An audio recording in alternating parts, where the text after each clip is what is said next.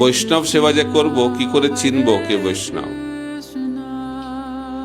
কারণ কলিযুগে বৈষ্ণব চেনা বড় কঠিন, কারণ আমরা বাহ্যিকভাবে বৈষ্ণব চেনার চেষ্টা করি। ভক্তি বিনোদ ঠাকুর খুব সাবধান করে দিয়েছেন। ভক্তি বিনোদ ঠাকুর বলছেন, এও তো এক কলির চেলা, তিলক নাখে গলায় মালা, সহজ ভজন করছেন মামু, সঙ্গে লয়ে পরের বালা। তো বাইরে থেকে লাগছে তো খুব বৈষ্ণব, কেন?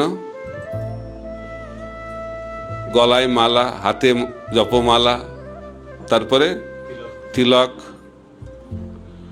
দেখে তো বৈষ্ণব লাগছে। কিন্তু ভজনটা কি করছে? কাকে নিয়ে ভজন করছে? সঙ্গে লয়ে পরের বালা, পরস্ত্রীকে নিয়ে ভজন করছেন, অর্থাৎ চরিত্রহীন। তো চরিত্রহীন জীবন হচ্ছে কলিযুগের একটি লক্ষণ। আর ধর্ম করতে এসেও সেই চরিত্রহীনতা প্রকটিত হচ্ছে। তাই বৈষ্ণব মানে চরিত্রবান। চরিত্রবান মানে শিল প্রভুপাদ বলেন 4টে নিয়ম যে কঠোরভাবে পালন করেন। আমিষাহার বর্জন, নেশা বর্জন, জুয়া বর্জন, অবৈধ যৌন সঙ্গ বর্জন। এইভাবে যখন কেউ পাপ কর্ম থেকে পূর্ণরূপে মুক্ত হবে, তখন সেই ব্যক্তি মনুষ্য জীবন যথার্থভাবে শুরু করতে পারে। তারপরে তো বৈষ্ণব। এখন বাহ্যিকভাবে বৈষ্ণব চেনা খুব কঠিন। তো কিভাবে বৈষ্ণব চেনা আসবে? মহাপ্রভু বলছে খুব সহজ।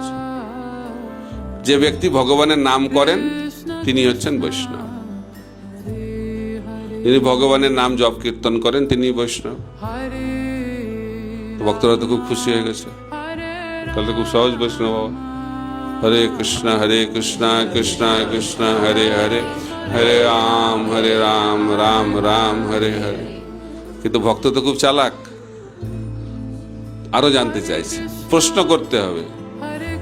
ভগবান সম্বন্ধে জানতে গেলে প্রশ্ন করা অত্যন্ত গুরুত্বপূর্ণ, তা না হলে আমরা জানতে পারবো না।